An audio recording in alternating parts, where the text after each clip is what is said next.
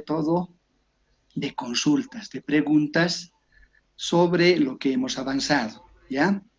En esta videoclase lo que les hemos resumido es algunos aspectos fundamentales de la catalogación. Hemos visto ya anteriormente con ustedes lo que es la clasificación, ¿verdad? Y ahora estamos viendo lo que es la catalogación. Son dos procesos fundamentales en la organización de las bibliotecas. En todas las bibliotecas se deben cumplir con estos procesos de clasificación y catalogación. Incluso en las bibliotecas virtuales, ¿no? Se tiene que hacer una descripción de los libros. Y la descripción de los libros es justamente la catalogación. Y tienen que organizar sus libros. Y eso es la clasificación. Entonces, son dos procesos muy importantes, necesarios para organizar las bibliotecas. Existen en la actualidad dos sistemas, dos normas, bueno, normas o reglas, ¿no?, de catalogación que están siendo aplicadas en distintas bibliotecas. Las reglas de catalogación angloamericanas que todavía están vigentes. Hay un proceso, eso ya les comenté en la anterior clase, de capacitación, ¿no?, en las RDA, porque las RDA, a partir del 2009, ha empezado a difundirse, y sobre todo porque contempla algunos aspectos ya relacionados con los nuevos soportes de información que están en línea. Entonces, la idea, quienes impulsan las RDA, es que estas nuevas reglas reemplacen de a poco a las reglas de catalogación angloamericanas. Ahora, ¿cuán diferentes son? No son muy diferentes, no solamente que incorporan lo que les decía, nuevos soportes de información, sobre todo eso, ¿no? Trata de adaptarse al mundo de Internet, sobre todo.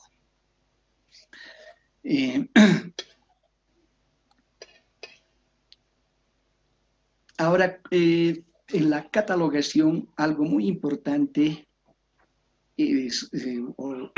algunos aspectos muy importantes son los puntos de acceso o encabezamientos.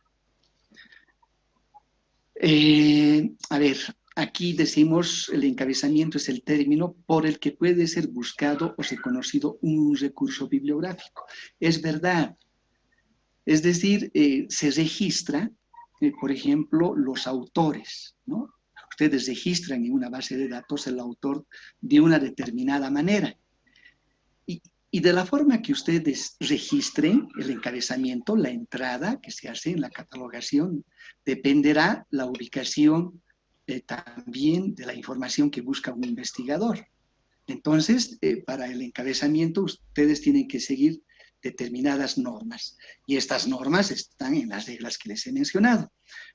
Hay encabezamientos de autor personal y autor institucional, pero también de título y materia. Les puse estos ejemplos. Autor personal, este es un ejemplo, ¿no? Hay varios ejemplos. Es decir, autores personales son aquellos intelectuales o productores de algún libro, de alguna obra, que los realizan en forma individual. Este es un ejemplo, La Era del Capital. A propósito, les recomiendo este libro de historia que es de uno de los autores contemporáneos más importantes, de uno de los historiadores más importantes de nuestra época. La Era del Capital, en este caso, tiene, como verán acá, un autor, o ha escrito un autor personal. Pero también hay autores institucionales o autores corporativos. Las instituciones publican algunas memorias, por ejemplo, pero otro tipo de materiales de información también. cuando la publicación es de carácter corporativo, es decir, la institución asume la responsabilidad de estas publicaciones, entonces estamos hablando de autores institucionales, ¿ya? Eso creo que no es muy complicado comprender, pero a veces las obras no tienen un autor específico. En ese caso, al realizar la catalogación, se hace el encabezamiento o la entrada por el título. Un ejemplo acá, el poema de Mio Cid, el autor es anónimo, entonces la entrada principal se hace por el título, ¿no? Eso es lo que dice la norma. En el caso de la Biblia, también, sobre esto ya hemos hablado en la anterior clase, ¿no? Sobre este tipo de obras. Encabezamiento de materia. Ustedes cuando realicen la descripción del libro, también tienen que asignar en un determinado campo de su base de datos la materia o las materias sobre el contenido de un libro. Estos son los encabezamientos de materia. Lo que pasa es que, a ver, para que entiendan un poco esto del encabezamiento, ¿por qué este nombre de encabezamiento? En las antiguas fichas, en las fichitas catalográficas y en los ficheros, recuerdan, en los ficheros así, en los muebles que había con ficheros, existían catálogos de autor, título y materia. Entonces, los investigadores tenían que acudir a estos ficheros, a estos catálogos que estaban en fichas y ordenados en forma alfabética. Si uno quería una obra de Alcides Arguedas, por decir, tenía que ir a la A, ¿no? y a buscar ahí la ficha, y en la fichita catalográfica estaba descrito el libro, ¿no? Entonces, en esas fichas catalográficas se hacía la entrada o el encabezamiento, es decir, la primera palabra que aparecía en la ficha era el encabezamiento. Había encabezamientos por título, por autor y encabezamientos por materia. El fichero por materia empezaba el encabezamiento en la ficha por materia. Entonces, por eso es que se dice encabezamiento. Ahora, claro, con el avance de la tecnología y el uso de las bases de datos, esto del encabezamiento, no sé, ¿no? Es decir, continúan utilizando esta terminología, pero viene de ahí, ¿no? Viene de ahí, porque estas reglas, no se olviden, las reglas de catalogación vienen pues de la segunda mitad, a ver, del año 1960, de la década del 60. Esa época se han creado estas reglas de catalogación que han sido actualizadas, que están siendo todavía actualizadas periódicamente, pero la terminología y las palabras, los conceptos que utilizan, los conceptos y terminología técnica, todavía los mantienen. Pero esa es la explicación. Entonces, hay también, les decía, encabezamiento de materia y hace referencia al contenido del libro. Aquí un claro ejemplo, es un libro sobre psicología, el encabezamiento de materia será psicología, es un libro de arquitectura, el encabezamiento obviamente arquitectura, y claro, pueden también registrarse otros temas, es decir, se pueden describir en la catalogación, se pueden incluir otros temas secundarios, porque si revisamos el contenido del libro puede ser que abarque otros temas más, ¿no? Entonces hay que incluir.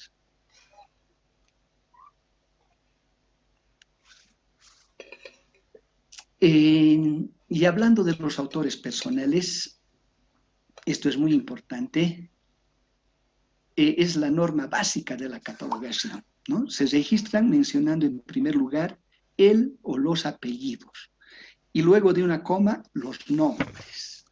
Quienes han llevado el prefacultativo ya han visto, creo esto, hemos dado algunos ejemplos que los reiteramos ahora. Si el autor es José Roberto Arce, ustedes saben que José Roberto Arce es uno de los personajes de la carrera,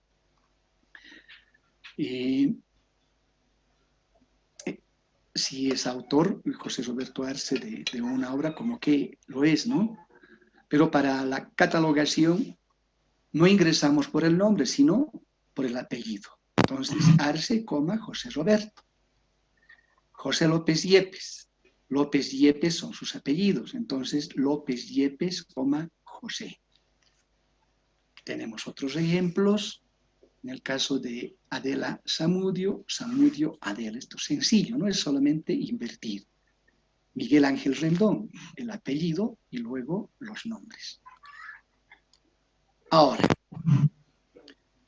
la norma dice que se elige como encabezamiento, o sea, la entrada, como encabezamiento la forma del nombre que usa el autor en sus obras o por el nombre que es más conocido.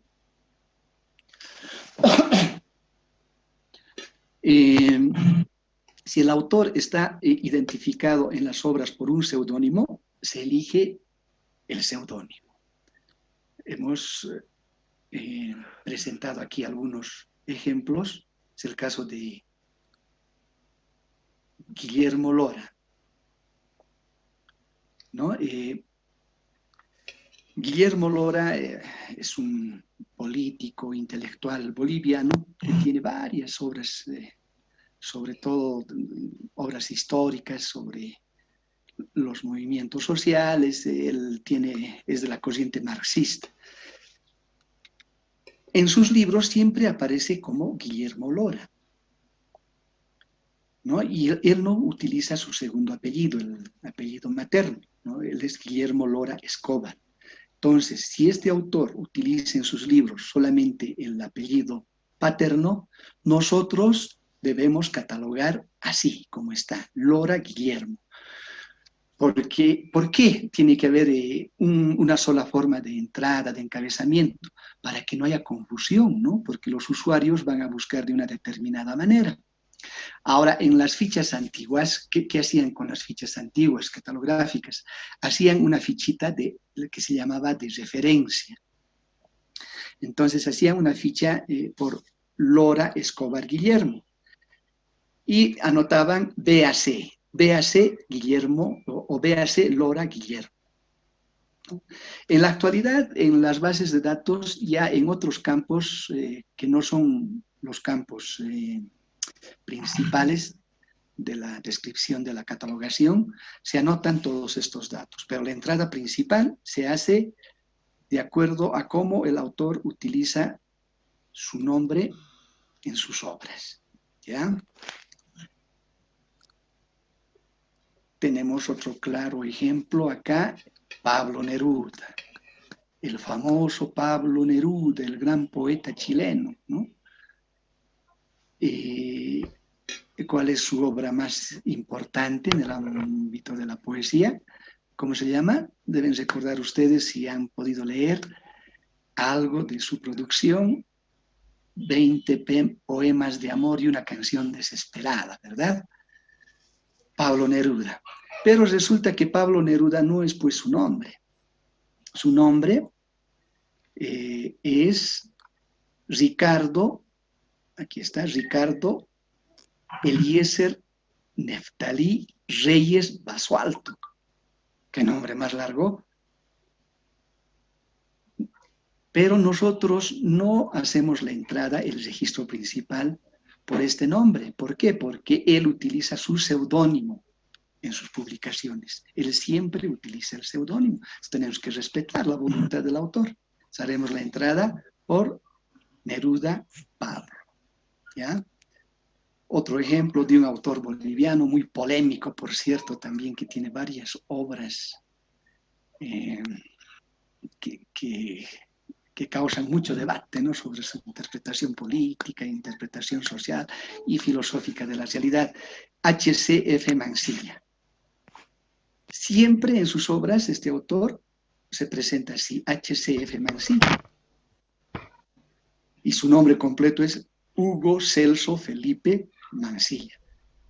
Pero nosotros no entramos, no hacemos la entrada o el registro principal por Hugo Celso Felipe Mansilla o Mansilla Hugo Celso Felipe, sino por Mansilla HCF, tal cual se presenta en sus obras, en sus publicaciones. Bien, Ahora, hay algunos apellidos un poco complicados para la catalogación. Apellidos franceses, ingleses. Es muy amplio, pues podríamos pasarnos solamente una clase analizando, por ejemplo, los apellidos franceses. Una sola clase y eso tal vez no podríamos terminar de analizar cada caso de los apellidos portugueses, ¿no? Entonces, eso ya lo van a ver en la materia de catalogación. Pero aquí les traigo algunos ejemplos de los apellidos en español, porque me parece algo, digamos, muy importante que lo conozcan por lo menos como antecedente. En español se posponen las preposiciones que preceden a los apellidos, ¿ya? Miren, y aquí en los ejemplos van a entender. Por ejemplo, Miguel de Unamuno. Otros podrían hacer la entrada principal por la D. De Unamuno, Miguel, pero eso está mal. Primero se anota Unamuno. Acá está. Unamuno, Miguel de. Miguel de Cervantes Saavedra. Primero, Cervantes Saavedra, coma, Miguel de. ¿No? Con los ejemplos es que van a entender más. Francisco de Figueroa. Figueroa, Francisco de. José Luis de la Barrera. ¿No? Podrían hacer la entrada de la Barrera, José Luis, pero no es así, esto se pospone, ¿no? Barrera, José Luis de la. Bartolomé de las Casas, Casas, Bartolomé de las. Y aquí un último ejemplo, Antonio del Río, Río, Antonio del. Esto pueden verificar en las reglas de catalogación angloamericanas. Aquí está el código de ubicación dentro de estas reglas, ¿no? Entonces, es así como se hace la entrada de estos apellidos. Ustedes lo tienen ahí, el video, entonces pueden revisar una y otra vez y cuando ustedes encuentren un libro así similar, ya tendrán una idea de cómo se hace la entrada, ¿ya? Ahora, este tipo de entradas o estas entradas es en la catalogación, pero también en los diccionarios van a ver este tipo de entradas. Es exactamente lo mismo, ¿ya? Lo mismo, lo que les decía, en cuanto a los autores institucionales, es muy amplio, muy, pero muy amplio, ¿no? Todo tipo de instituciones, hay reglas para todo tipo de instituciones. Aquí les traigo algunos ejemplos de algunos casos, digamos, que más se les va a presentar cuando hagan algún tipo de descripción de libros. Es el caso de los ministerios. En los ministerios siempre se hace el ingreso primero por el país, ¿ya? Uy, perdón. Me fui. Ahora lo resolvemos. Aquí está. Bolivia, Ministerio de Economía. Bolivia, Ministerio de la Presidencia. En caso de universidades, cuando hay un libro que produce una universidad, se anota la universidad y entre paréntesis la ciudad, ¿ya? En instituciones descentralizadas, como el Instituto Nacional de Estadísticas, se hace el ingreso así, Instituto Nacional de Estadísticas, son instituciones descentralizadas, y entre paréntesis, el país. Bueno, pero como les digo, es muy amplio, ¿no? Son algunos ejemplos, sobre todo para que tengan una idea general de cómo es la catalogación y que hay muchas normas, muchas reglas para el registro, para la descripción de los libros, ¿no? Y hay que en realidad conocer los catalogadores, ya conocen de memoria todas estas reglas. Si en algún momento alguno de ustedes se decide a ser catalogador, especializarse en catalogación, pues tienen que aprender todas estas normas, las reglas de catalogación, que seguramente, como les he dicho, lo van a analizar con más calma, con más precisión y detalle en la materia de catalogación. Pero ¿cuáles son los datos principales cuando uno hace la descripción de un libro, cuando hace la catalogación? Estos son los datos principales. O sea, un libro tiene que ser descrito por el autor. Si no anotamos el autor, no sabemos quién ha escrito, ¿verdad? El título. La edición, que es importante porque van saliendo nuevas ediciones y por lo general las nuevas ediciones vienen pues aumentadas, corregidas, entonces este dato es importante. El lugar donde se ha publicado, editorial, qué editorial, ¿no? Y la fecha. Es lo que se llama, por lo menos cuando se utilizaban las fichas catalográficas, lo denominaban LEF, lugar, editorial y fecha. También creo que como dato importante el número de páginas y la materia, ¿no? El tema, la materia, sobre qué tema aborda el libro. Estos son los datos más importantes que no tendríamos que ignorar ninguno de estos datos. ¿Ya? Si ustedes hacen... y nos vamos a volver a conectar, ¿ya? Nos vamos a volver a conectar. Entonces tomen en cuenta estos datos a la hora también de hacer la catalogación de sus libros en sus casas, ¿no? Como al practicar. Y estos datos justamente registra el catálogo de la Biblioteca del Congreso de Estados Unidos, que les he comentado es la biblioteca más grande del mundo, ¿no? Por ejemplo, aquí está el nombre personal. Vean ustedes, Frondizi Riccieri. Este autor es argentino, es un filósofo argentino que tiene varias obras, sobre todo en el ámbito de la axiología. Aquí está el título, la edición, el lugar editorial y la fecha donde se ha publicado, ¿no? Es un ejemplo de cómo toman en cuenta los datos principales de un libro. Bien, hasta aquí, a ver, quiero, por favor, atender sus consultas sobre este tema. Les escucho, por favor, adelante, ¿qué consultas tienen? Sin miedo, pregunten. Si no sé algo, igual pues vamos a investigar. Buenas tardes, licenciado. Gabriela, Habla buenas Gabriela. tardes. Hola, Gabriela. En el caso de los escritores anónimos, ¿qué pondríamos para la catalogación?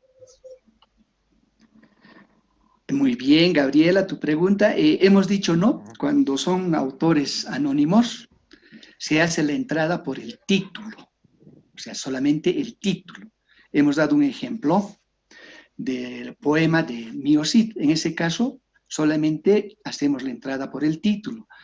Y para determinar, por ejemplo, la asignatura librística, tomamos en cuenta la primera palabra del título, obviando, o sea, sin tomar en cuenta los artículos.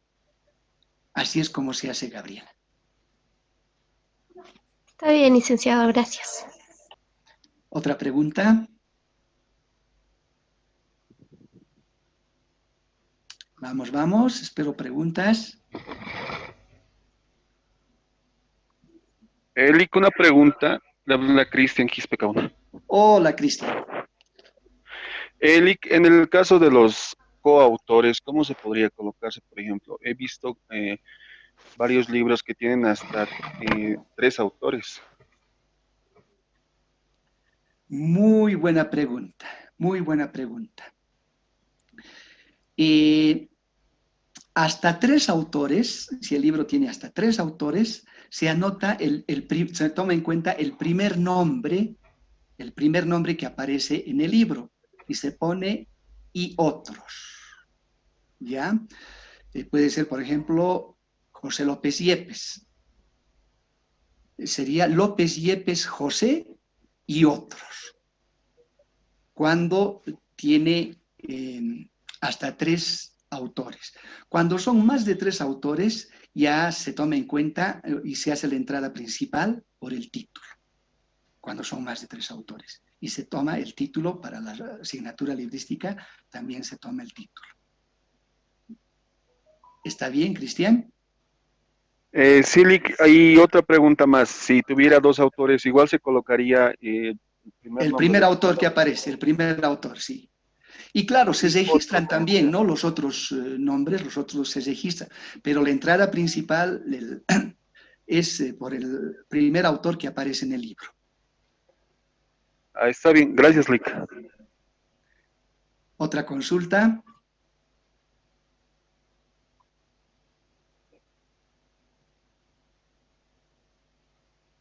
Vamos, estoy a la espera de consultas.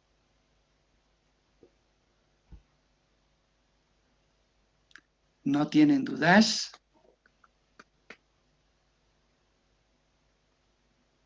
A ver, Jessica Tola. Jessica, ¿está claro todo?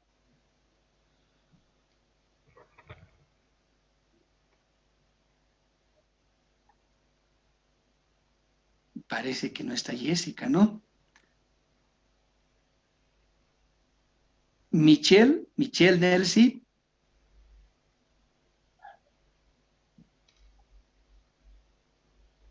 Licenciado, buenas tardes.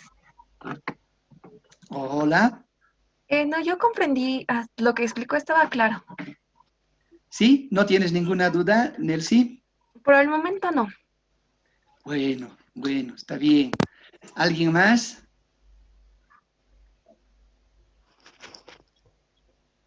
¿Nadie más? Bien, entonces están listos para que les tome cualquier evaluación sobre catalogación. Bueno, sobre todo lo que hemos avanzado, ¿no? No hay más dudas. Bien, les decía, en cuanto se corta y vamos a volver a ingresar. A ver, vamos a volver.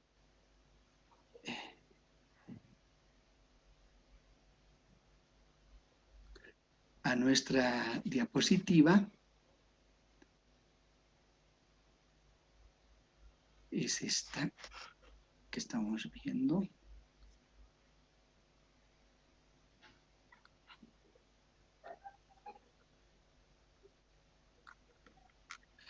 A ver, ahora lo que les quiero explicar un poco, pero de manera general también, son los servicios. ¿Qué servicios ofrece una biblioteca? En las bibliotecas tradicionales que tenemos, obviamente el primer servicio es el servicio de consulta en sala, ¿verdad? Este servicio se refiere a la atención a los usuarios que van a una biblioteca, que se presentan en una biblioteca, que solicitan algún libro y se los atiende en sala, ¿verdad? Es la consulta en sala. Luego tenemos el préstamo de libros, que puede ser interno, a domicilio o interbibliotecario. Interno es, por ejemplo, en las instituciones se hace préstamo a los funcionarios de la misma institución, ¿ya? Y a domicilio es cuando se presta un determinado recurso a un usuario, ¿no? Y que se lleva de acuerdo a su reglamento por un determinado tiempo. Y luego de ese tiempo tiene que devolver al usuario el libro. Pero también hay préstamos interbibliotecarios. Esto producto de convenios que hacen las bibliotecas para intercambio de información y el préstamo de libros, ¿no? Que también puede ser sujeto a algún convenio. El servicio de referencia, que es muy importante, ¿no? Bueno, sobre todo, yo diría en las bibliotecas tradicionales y cuando hay consultas en sala, este servicio, bueno, antes era mucho más importante, ¿no? Porque ahora cada vez más nos está reemplazando Internet o las bibliotecas virtuales.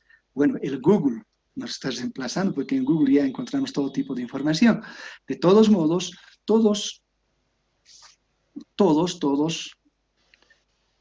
tienen que conocer su colección a la perfección. Todos están obligados a conocer a la perfección sus recursos documentales. ¿Para qué? Para ofrecer justamente este servicio, el servicio de referencia, que es el asesoramiento que se hace a los usuarios sobre los recursos documentales, pero también atender a todos los requerimientos de información que hacen los investigadores. Ya el servicio de los referencistas son personas que conocen, les decía ya, los recursos documentales, pero también fuentes de información, dependiendo el área en el cual está trabajando, ¿verdad? Son personas muy, pero muy informadas.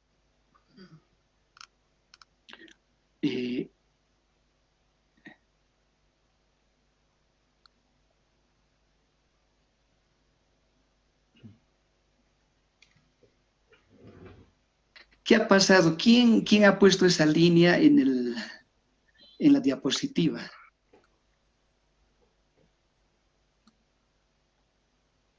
A ver, admitir.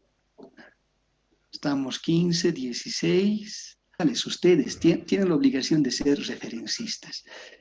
Y eso es conocer a la perfección su propia biblioteca. Es decir, qué libros tienen en su biblioteca, ¿no? Conocer el contenido de los libros que ustedes tienen, pero también, dependiendo de la especialidad de la biblioteca donde vayan a trabajar, están obligados a conocer, por ejemplo, qué unidades de información o qué bibliotecas, además de la biblioteca donde ustedes trabajan, qué otras bibliotecas tienen colecciones sobre el mismo tema.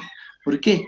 Porque en algún caso no siempre pueden tener ustedes un determinado recurso, un determinado libro, pero le pueden orientar al usuario y decirle dónde puede encontrar.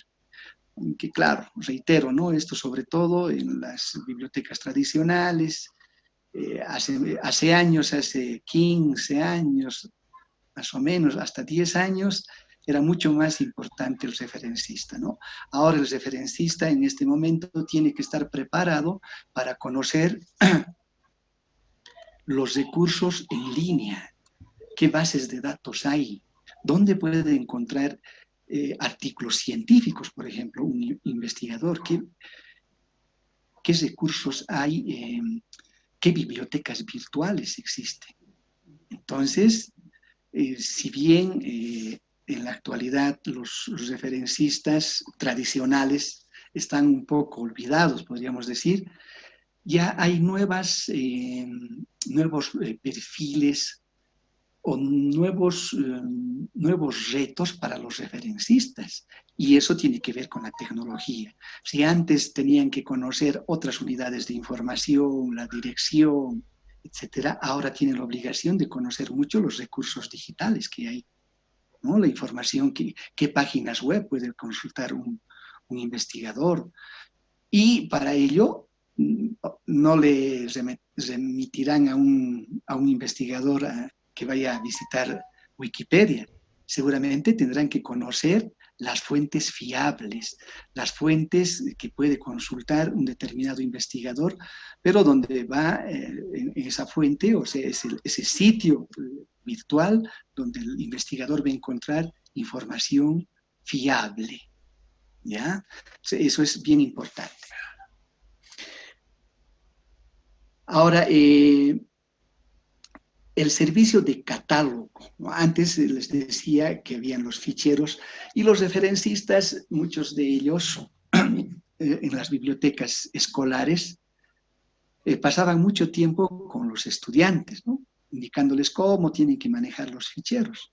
Ahora no, pues ahora lo que hacen es capacitar a los usuarios en el manejo de sus sistemas de gestión bibliotecaria, ¿no? Estos sistemas de gestión bibliotecaria, los más utilizados son el ABCD y el COA, ¿no? En las bibliotecas de la universidad, en las bibliotecas de las principales instituciones tienen estos catálogos en línea. En todo el registro de la información y estas normas de catalogación que les he mencionado se aplican en estas bases de datos, ¿no? Ahora, estos son sistemas de gestión, sistemas para registrar la información en las bibliotecas. Estos sistemas trabajan con formularios o formatos de registro. Y el formato más conocido en la actualidad y el más utilizado es el MARC 21. El MARC 21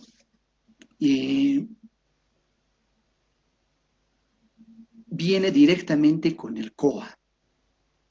El COA solamente aplica el formato MARC 21. No pueden utilizar otro tipo de formato en el COA. El ABCD también puede aplicar el MARC 21, pero además del MARC 21 puede utilizar otros formatos, ¿ya? Esa es la diferencia entre estos dos. En la universidad, en la UMSA, por ejemplo, manejan el COA, y sobre este tema, no sé, tal vez eso vamos a ver con José Manuel, si pueden hacer una pequeña práctica o una pequeña navegación, por lo menos, del COA para que ustedes conozcan, digamos, tengan una vivencia, por así decirlo, de cómo son estos formatos o estos sistemas de gestión en línea. Vamos a ver eso y vamos a hablar con José Manuel si hay la posibilidad y si el tiempo nos permite. Otro servicio que ofrecen las bibliotecas es la estantería abierta, ¿no? No todas, ¿no? Algunas bibliotecas. Hay bibliotecas con estantería abierta. La Facultad de Humanidades, nuestra facultad, tiene una biblioteca con estantería abierta. Lamentablemente en este momento no podemos pues hacer uso de estas bibliotecas, ¿no? Ahora todo es virtual en este momento. Ojalá que pase pronto este mal momento que estamos viviendo y podamos visitar también estas bibliotecas. Ahora, el servicio de estantería abierta, claro, es un servicio también muy importante porque el usuario va directamente a los libros, ¿no? Tiene un contacto directo con los libros, él puede buscar en medio de la estantería los libros que requiere. Otro servicio es el fotocopiado de algunos documentos que se pueden hacer, pero siempre respetando los derechos de autor, eso no hay que olvidarse. Y la diseminación selectiva de la información. Este servicio siempre se hace en una biblioteca, es cuando el bibliotecario o el profesional, el bibliotecólogo, hace búsquedas de información de acuerdo a requerimientos, ¿no? Hace una selección de documentos o de información de acuerdo al requerimiento de un determinado investigador. Por ejemplo, en una biblioteca de agronomía, el investigador le puede decir al bibliotecario: necesito información sobre el cultivo de la papa. Entonces, se hace una búsqueda en la base de datos sobre cultivos de la papa y se le entrega un listado de qué libros hay, sobre qué libros existen o están disponibles en la biblioteca sobre este tema. Y también como producto de estas búsquedas y requerimientos se pueden elaborar bibliografías. Pero un servicio muy importante en la actualidad es la extensión bibliotecaria. Las bibliotecas están obligadas, por ejemplo, de fomentar la lectura. Y para ello tienen que diseñar una serie de estrategias, por ejemplo, crear los clubes de lectura. Eso ya depende de la iniciativa del bibliotecario, cómo puede motivar, orientar en las bibliotecas escolares, por ejemplo, a los jóvenes para que ellos puedan hacer uso del material de la biblioteca, pero además motivarlos a la lectura, ¿no? A que lean. Otro servicio también es de la información a la comunidad. Esto en las bibliotecas zonales o de una determinada comunidad también. Hay, y si no hay, deberían existir, por ejemplo, bibliotecas en las comunidades rurales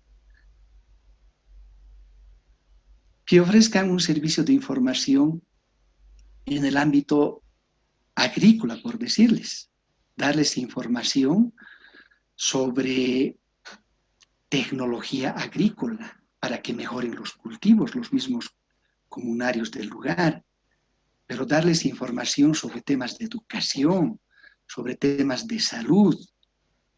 Entonces, la biblioteca no solamente es todo lo que hemos visto acá, no es solamente tecnología. También estamos obligados a ofrecer este tipo de información y hacer trabajos de interacción social. Tenemos que relacionarnos con la sociedad. La biblioteca está al servicio de la sociedad. No se olviden que una biblioteca es una institución eminentemente social, es de carácter social, y tenemos que responder a ese concepto. Un ejemplo es la noche de museos, ¿no? En la noche de museos se hacen actividades, se hacen diferentes servicios, exposiciones, con el fin de relacionarnos con la sociedad y mostrar la importancia de las bibliotecas, ¿no? Claro, este año, por ejemplo, esta actividad se lo hizo de manera virtual, pero normalmente hay mucha gente que se presenta en estas actividades y las bibliotecas están obligadas pues a relacionarse, ya les decía, con los miembros de la sociedad. Bien, entonces, hasta ahí todo lo referente a las bibliotecas y nuevamente voy a atender sus consultas.